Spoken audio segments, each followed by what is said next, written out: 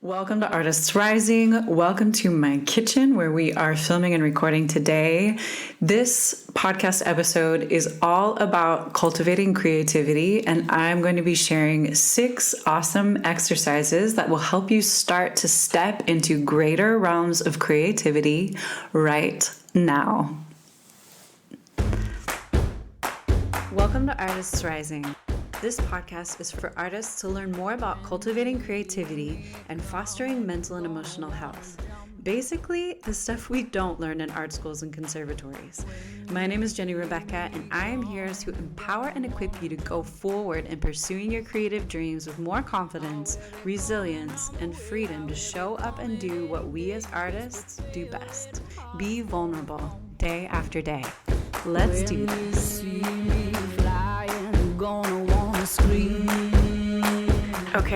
Okay, so cultivating creativity. Before we sort of jump into the meat of this episode, I just want to briefly do a recap on why I even started this podcast in the first place. For those of you who are just jumping in now, I talked a little bit about this in the first season, and I feel like as I continue, I'm able to sort of be more efficient in explaining exactly what it is I'm going after.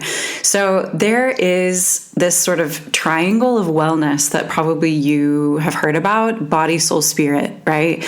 And I feel like what I have realized through my own journey is that it's super, super important for artists, creatives, I honestly think really for anyone to start to also think about a triangle on another level that consists of the technical, the creative, and the psychological. So the reason I say that technical actually kind of is like the body part. And if you're pursuing greatness or excellence in your art, you want to go after a creative dream. The technical is the thing that you've got to work on. I mean, you've got to practice, you've got to get better constantly at whatever you are wanting to pursue, right? So that's that. The creative is sort of the opposite energy. The technical is like the becoming, and the creative is the being. And a lot of times when we go to school, when we go to specifically art school, or we're studying the technical side of our art, we learn so much in our logical left brain about how to improve our technicality, but we don't necessarily learn more about how to cultivate the creative and how to cultivate that being part of us. And both are so important.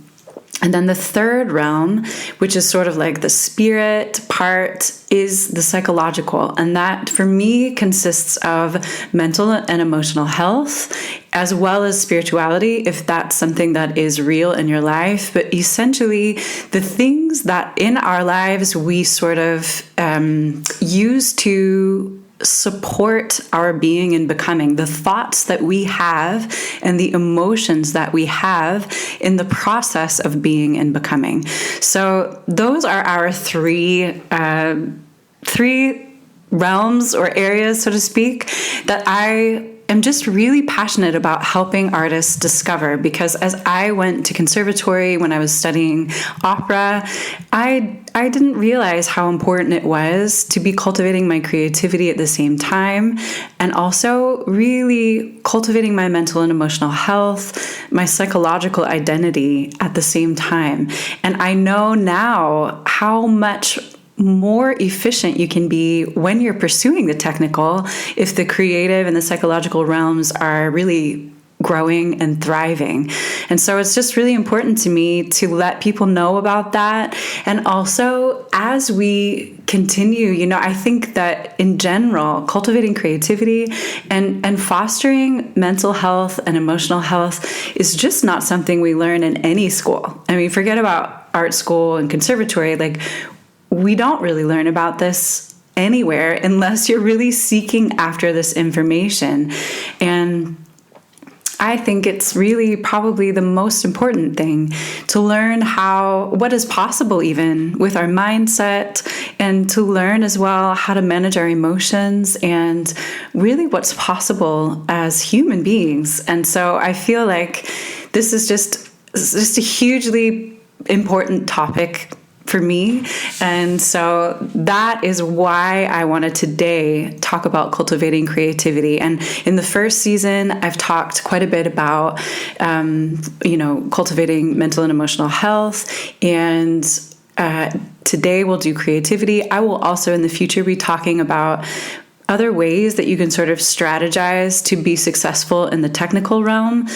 And we'll just kind of continue to hit on all of these different realms and continue to give you more enhancement and encouragement and hopefully empower you to just continue to grow and thrive in all three of the realms, as well as continue to bring more interviews. And also I've heard a lot of great feedback from those of you who listened to episode 2 when I was doing the encouragement.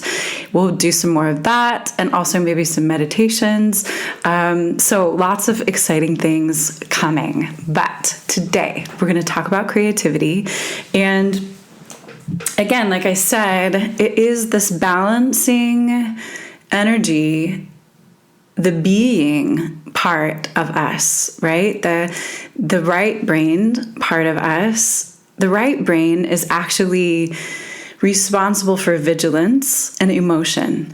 And so it's interesting. I feel we're so used to being, as a culture and in school, really just encouraged to use more of our left brain and think logically, to regurgitate the correct answers all the time, and really just not be as creative as we all are innately.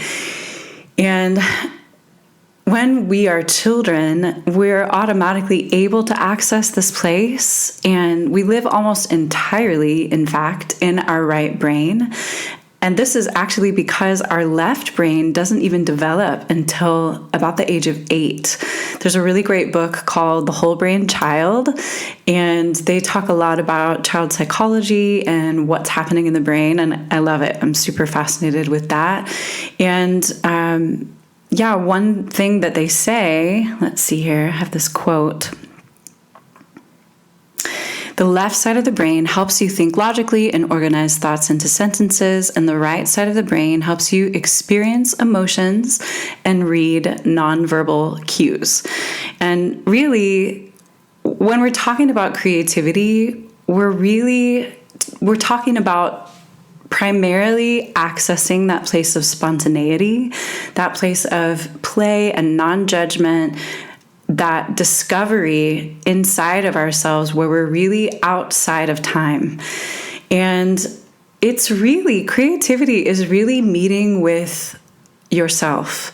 And for those of you who maybe even have avoided creativity, or if there's a creative dream that you have that you really are burning and wanting to do, like you just desire it so much, but it feels like there's so much resistance, that's also in a way like avoiding meeting yourself. And I understand, and we're going to also actually in the next couple of weeks be talking about the obstacles that come up when we are creating and how we can overcome them. But today I just want to talk a little bit about how we can actually cultivate our creativity and help ourselves get more into this place of wonder and childlike freedom outside of that critical voice that really lives in our logical left brain. The left brain is actually good at judgment. And so we're really trained, even in our culture, to constantly be using our left brains and developing our left brain. And our right brain oftentimes is like this muscle that just hasn't been exercised as much as the left brain. And the good news is we can learn to exercise it. And we can start to spend significant amounts of time using our right brain, and also spending significant amounts of time outside of judgment.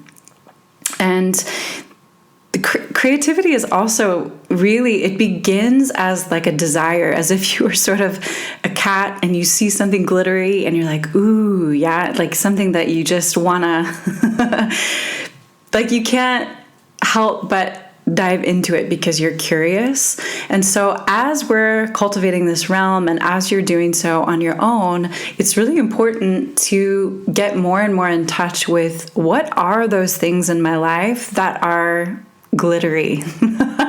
What are those things in my life that I just feel really make my heart come alive and will help me get to that place of almost losing myself, right? It's this place of imagination and fantasy, and where we actually start to not be paying attention to how well we're performing, right?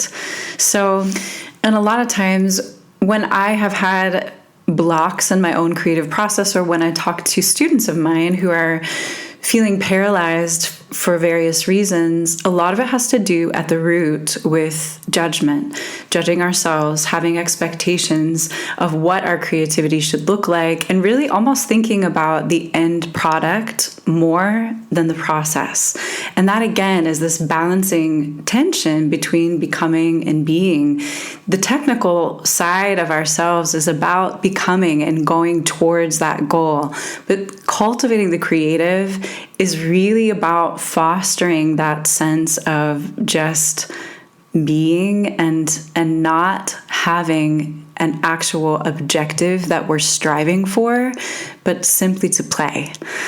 So we're going to talk a little bit about some different ways that you can start to play, and a lot of things that have really helped me get into that playful side have to do with speed and sort of doing things so fast that I don't have time to think about it.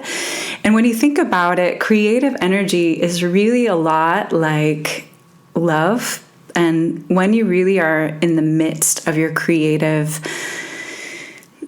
juice, so to speak, it's like you're in flow, like you're in alignment, like everything just feels really good, and you're just sort of not conscious almost of what you're thinking. It's like you're just going for it. You're almost like you're in love, like you lose yourself and you're outside of judgment the way that you do almost when you fall in love.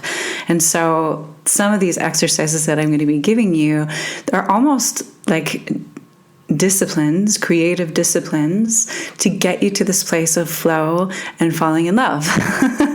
So get excited.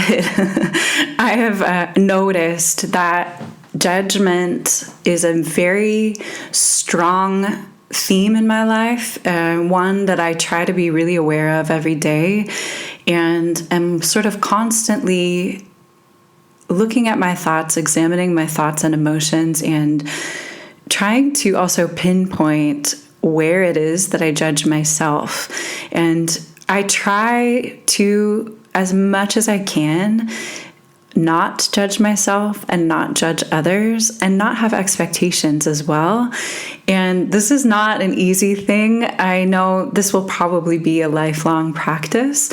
And it really, for me, is as well a spiritual practice and a part of my spiritual practice, because I'm really aware of the fact that when I am in judgment, and I mean, even for the tiniest little thing, I am separated from love.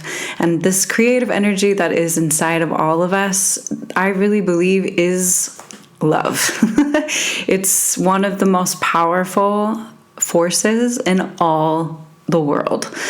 So anyway, as we are just going about these different exercises, I want you to keep that in mind, and that is our objective, actually, is just to connect with these impulses inside of us that are the most honest, the ones that come so quickly that we don't have time to think about, are they good or bad, or are they cool, are they good art? No, it's sort of in the way like the way that improv, if you've ever done dramatic improv or comedy or even musical improv, it's like you want to just go to the thing that first comes to you and start to really get to know that place of essence within yourself, because that is the thing that actually is the most beautiful, unique part of who you are. And that is the voice inside that actually the world needs to hear. So the more that we can connect with that part of ourselves, the more that we actually have something new to say, something unique in all of time and history that has never been said. So that is what we're going after here, connecting with that essence, that unique part of ourselves, the being. All right, so the very first way that I really love to practice this on a daily basis comes from the book The Artist's Way by Julia Cameron. And for those of you who don't know about this book, you should definitely go and check it out. It is amazing. And I have been reading it and rereading it since, really for the last 20 years. And I have done and practiced morning pages also for at least 20 years, maybe longer. And essentially what morning pages are, again, we're going after this essence of speed, right? Because basically morning pages are journaling and doing sort of a brain drain or thought download for 3 longhand pages. And so you essentially start to write. Morning is the best, but you can really do it anytime, but it's great in the morning because if you're anything like me, I wake up and generally feel like I'm just sort of almost attacked by worry and anxiety and all the things I need to do in the day. And so if you do this first thing, it's like you can get all of that anxiety and worry and all your to-do stuff onto the page.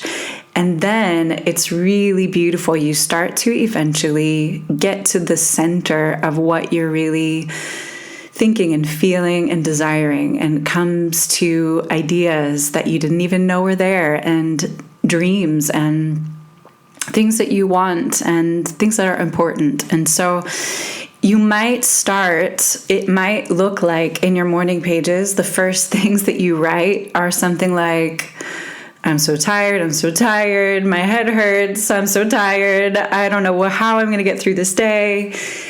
And even if you're repeating yourself a couple times by writing, the point is not what you write, but the point is simply to keep writing nonstop for 3 pages. And so, I just challenge you to start to do that if that's something that you've never heard of before, and go for the speed, because the speed is going to be the thing that helps you get outside of non-judgment and helps you also start to write at the speed of thought so that you're not critiquing what you're saying. Now, the second exercise that I want to sort of introduce to you all is something that I call gushing. And that is actually something that I created for myself as a way to sort of do morning pages. But if you are not able to write, or also sometimes I feel like speaking is more, just can sometimes be more powerful. And sometimes we just feel like we would rather speak than write, and everybody's different. But sometimes what I'll do is I'll take my phone and I'll make a little voice memo, and I will make myself just talk nonstop for 10, 15, 20 minutes. Sometimes I just love to just do it for 30, and it's literally like a brain dump, just a download of all the thoughts that are happening inside of me, all the feelings. And it is insane how much this helps. And also, I started doing gushing because as I was practicing morning pages, I wouldn't always keep myself to that speed aspect a lot of times. Like, especially if I was starting off in the morning, I would make myself a cup of coffee, I would start to journal, and then I would be writing, and then all of a sudden I would take a sip of coffee and I would start to observe what I was writing and start to judge it. And the second that we get into that introspective part of us, that is actually not helping us cultivate our creativity. I would think things like, what if someone finds this journal someday? Or what if my children someday read this? What will they think of what I'm writing, right? And when we start to get into critique mode, then we're actually working against what we're trying to accomplish in terms of cultivating creativity. So the gushing is for me sometimes more effective unless I really know, okay, I'm going to sit down and I'm going to write, and I know that I'm going to go for it without stopping. And what I find as well when I start to do the gushing is I make myself just speak nonstop, which also for some people might be super uncomfortable. And so you might just end up saying the same thing over and over for a little bit or at times. And to just really cause yourself to get everything out. It is honestly, I have literally multiple times, frequently when I do this, I will start to weep because what comes out is so profound. It's like my most true, pure voice, myself inside that I meet with and discover at the same time. And sometimes I even feel like it's not even me talking. Sometimes I feel like it's even God talking through me. I don't know, but it literally becomes sometimes so profound because we don't even know what is inside of us half the time. We walk around all day just consumed so much with all of these logical, judgmental, critical voices. Those of you who have heard me talk about our thought life, we have between 60 and 70,000 thoughts a day. 90% of them are actually negative self-talk. And 90% of them are things that repeat themselves every day. So in order to kind of move past those thoughts into the things that actually really matter, these exercises, morning pages and gushing, are honestly, they have been life-changing for me. And if you are as well somehow a little bit self-conscious about maybe someone finding what you're journaling about, you can always either just throw the pages away when you're done, or there have been times in my life, seasons, where I've typed my morning pages and then emailed them to a secret email and then I just delete them. Or sometimes with my voice memos, I'll do the same thing. Sometimes I'll send a voice memo to myself, or sometimes I don't even record it, but there's something about recording the gushing that kind of keeps me accountable to going for the speed. So I just would encourage you to test that out, see if it is helpful to you. But for me, it has been absolutely life-changing. And through all of the things that I have created in my life, it really helps me sort of organize my brain. It helps me see what are the thoughts that I'm thinking and which ones do I want to keep thinking, or which ones do I want to just flush and not think anymore. So it's powerful, really powerful exercise. And not only is it enhancing and exercising that right brain muscle, it's also starting to also train us psychologically to get outside of our thoughts in a way. And that's really important. And just the process of actually creating our thought life as we go, that is, for me, one of the most exciting topics in the world, which we will definitely probably talk about on another podcast episode. So on to number 3. Number 3 is the artist date. This is also coming from Julia Cameron, and I just love it. I think it's brilliant. The idea is to take one big chunk of time a week. It doesn't have to be a day, but wow, if you could make a day of it every week, you would just be even more, you would feel the benefits even more. But to take a big chunk of time, whether it's like 4 hours or 8 hours, and do something that absolutely delights your inner artist child, like your little creative self that wants to play. And this is so important. We don't do this very often in our lives. We're so task oriented. We all have to work. We have things that we want to accomplish. And even if we are working and doing something that's creative, oftentimes that becomes things that are more task oriented as well. Like this podcast is creative, but I also am going to be putting one out every Thursday from now on. And so things like that, they don't always actually wake up our inner artist child. And so we have to be constantly asking ourselves, what would really make my little inner artist happy? What would actually delight my inner artist? And whether that's going to an antique rug shop or going to the botanical gardens, getting out of town and going to a lake and going on a walk, going to an art museum, going to a movie, reading a book. Sometimes I like to just go to a coffee shop and look through magazines and have a really nice fancy drink. Honestly, the possibilities are endless. You can do anything. It just depends on, just like that cat that sees the glittery thing. What is the thing that's going to really delight you? And let your inner artist play. So, yeah, I think too, I have just recently this year decided for myself that it's super important that I take at least one day a week to have a Sabbath. I'm someone that I really love to work. I really love to I love being creative. I love what I'm working on and all the projects that are going on in my life at the moment. And sometimes it's really hard for me to take a break. But it's so, so important that we have this flush of inspiration and play and input if we're also going to continue to have a strong amount of output. And so I have started having a little Sabbath every week, and I honestly feel like it's affected me in huge ways. And it's only been the second month that I've been very strict about it.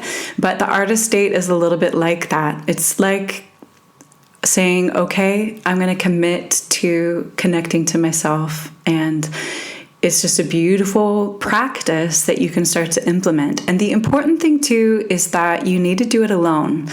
This isn't something that you should do with other people. This is something that you should do that will delight your inner artist, that you actually let yourself do by yourself. That's another thing that's just really important about this chunk of time. So whether it's 4 or 5 hours that you take a week, that you just go after something that really will delight you and allow yourself to get lost in whatever that thing is. You could even make a list of things that you might think really would just give you joy, things that are just really fun for you to do. And then start to do that one thing off the list every week. All right, now on to number 4. Intentional input and inspiration. So this is similar to the artist state, but this is just a practice that I want you to sort of daily be aware of, and that is feeding yourself beauty and inspiration. So sometimes there are seasons in life where we're really able to do this more easily than others, but if you can just be aware of the fact that your inner artist needs beauty and it needs inspiration. And sometimes especially when we're busy, we're not even aware of the things that actually inspire us and give us joy. It's like we're sometimes just so in go mode that we're not even awake to the fact that actually certain things give us more inspiration than others, and we need to seek those things out. So this practice is sort of like constantly having a butterfly net out and just being awake for any image or words that you can catch in that butterfly net. And one example that I have of this is just So I'm living in Berlin right now. My husband and I just recently moved here a year and a half ago from California. And the German language is so beautiful and also very different from English. And one day I was talking to a friend, and he was speaking English, but he arranged the words in a way that we wouldn't necessarily say in English, but I loved it. And he was talking about, he was going on a trip the next day, and he said, today I fly, and I don't even remember it. Today I fly to Amsterdam. I can't remember even where he was going, but just those words, today I fly, it was like my butterfly net was out, and I just was like, yes, I love the way that sounds. It's something that we wouldn't necessarily say in English, but it's beautiful. And so the chorus of one of my songs became, today I fly, today I soar. And honestly, that's nothing profound, but the more that we can just hang on and grasp little moments here and there of things that inspire us, the more we're able to also connect to that place within ourselves, that essence of who we are, and also just start to really, it's like we're gathering little moments and beautiful things that will then somehow come out in our own creative expression, whatever that may be. So a lot of times too, it's images, when you see an image or something in someone on the street even inspires you to remember it, take a mental snapshot of those things and start to collect those beautiful treasures that you experience on a daily basis. All right, let's move on to number 5. Oh, and one more thing too about that intentional input. Another thing too is that you can also just be really intentional. It doesn't have to be like you're awake all the time with your butterfly net only. You can know and start to make a running list of things that really inspire you, and maybe intentionally implement them in your life. So this kind of can sound a little bit like self-care, but if you really love candles, for example, and you are intentional about making sure that there are candles lit in your house, that's something small, but for your inner artist, it can be extremely meaningful and really make a difference in terms of how inspired you feel, how creative you feel. So just little acts like that are just really beautiful things that you can do for yourself to just encourage that right-brained sense of childlike play and wonder. All right, number 5, experiment with another artistic expression than you usually would. So again, you all know by now, I'm a singer, songwriter, and one of the things that I don't normally experiment with is drawing and painting or dancing. And sometimes when I start to practice another creative expression that I have no expectation of being good at, it is so freeing and so fun. And I can really quickly go to this place of childlike play. And when I know that there's no expectation that I'm going to be good at drawing or painting or art in that sense, and it can really just be fun and just an outlet for me to get lost, to lose myself outside of time, to lose myself outside of judgment. Dance is another thing that I feel like for everyone, and again, if you're a dancer and so you're maybe used to critiquing yourself more, then maybe this isn't necessarily the right outlet for you. But I find like moving your body, especially when we're going for speed, is another way to sort of access this place of play. Again, this could be in terms of improvising musically. If you like just want to sing and improvise a song and make up a song or make up a melody on an instrument, those are also ways to start to access that right-brained sense of being outside of time and judgment. So that's another just way, improvisation in general, and picking up an artistic expression that you wouldn't necessarily use on a normal basis. All right, the 6th way, and this is just a really fun exercise that I have practiced with various friends in my life and family members for, I would say, since I guess really the last 10 years. And it's sort of this dreaming game where essentially you start to play pretend with your friends. So you can do it with one friend, you can do it with however many you want, but basically you pick a point in the future, and sometimes I'll say, okay guys, where are we going to meet? And we'll meet then in a chalet in the Alps or on the beach in Mexico, and it will pick a point in the future. So it could be 3 months from now, it could be a year from now, 5 years from now, 10 years. And basically you pretend to see each other again for the first time, and then you tell each other about all the incredible things that have happened in your life. And it is so much fun, and especially if you are doing it with someone who will really go there with you in that imagination fantasy world and really knows you well, because then they can also be dreaming for you. There have been multiple times when I've done this exercise where friends have reminded me, so to speak, of dreams that I've had that I maybe forgot about, or even have dreamed up things for me in the process that I literally was like, oh yeah, that is good. I would love to create that in my life. I'd love to experience that in my life. So in a way, this is just like you're playing pretend, and you get to be this imaginative, creative child with your friend who hopefully also knows you well and will help dream with you.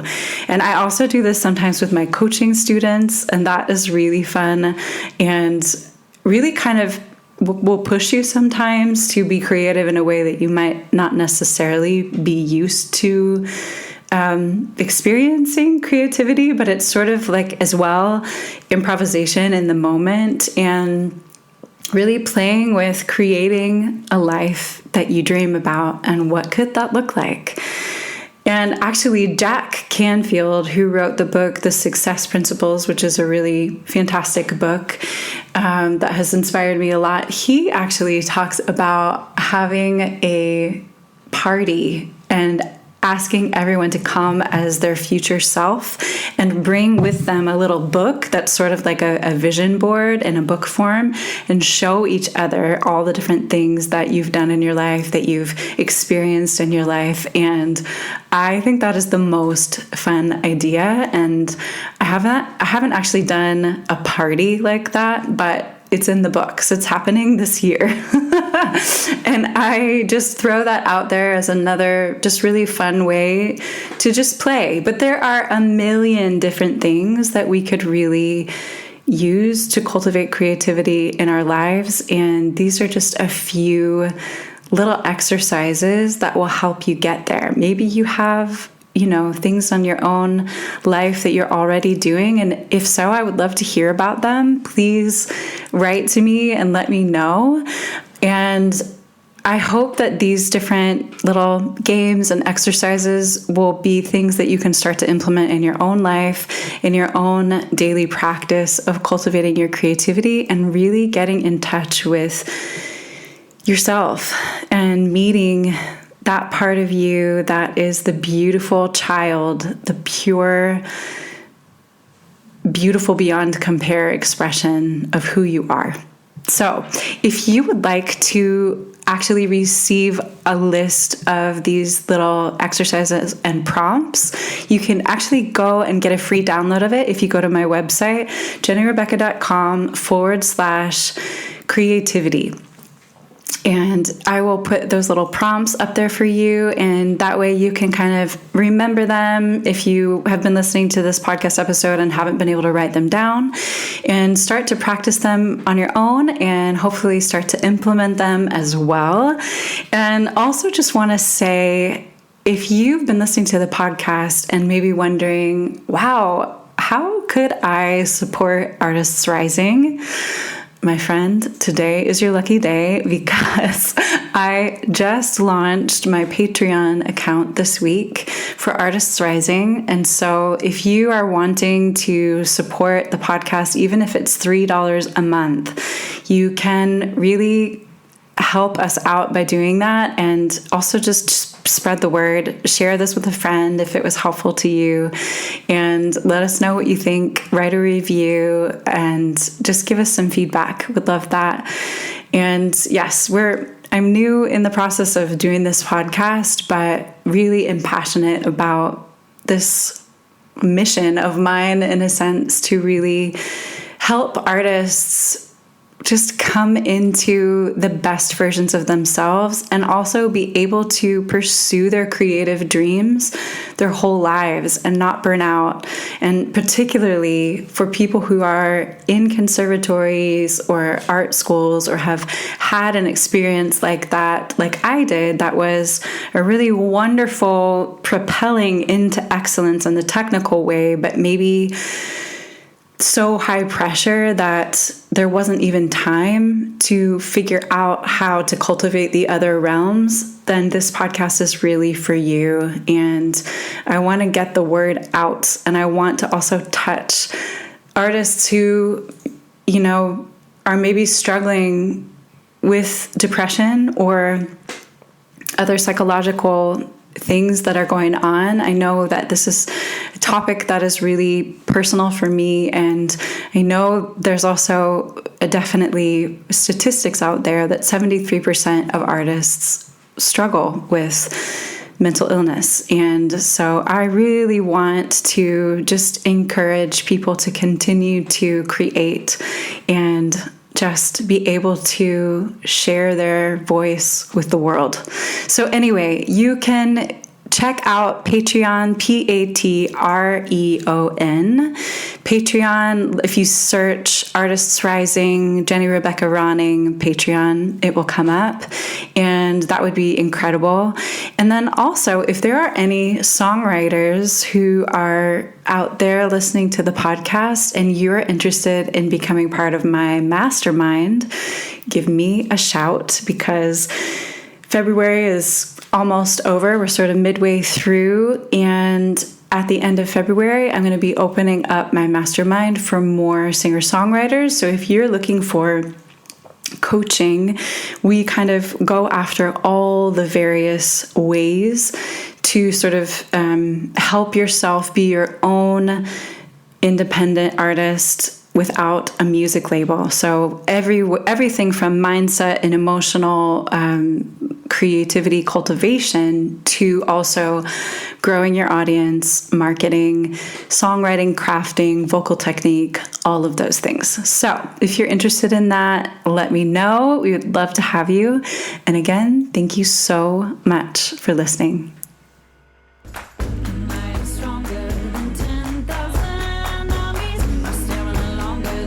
Hey, Artists Rising Co., that's it for today. Thank you so much for listening. Please subscribe, write a review, share it with a friend, tag us on your social media at Artists Rising Co.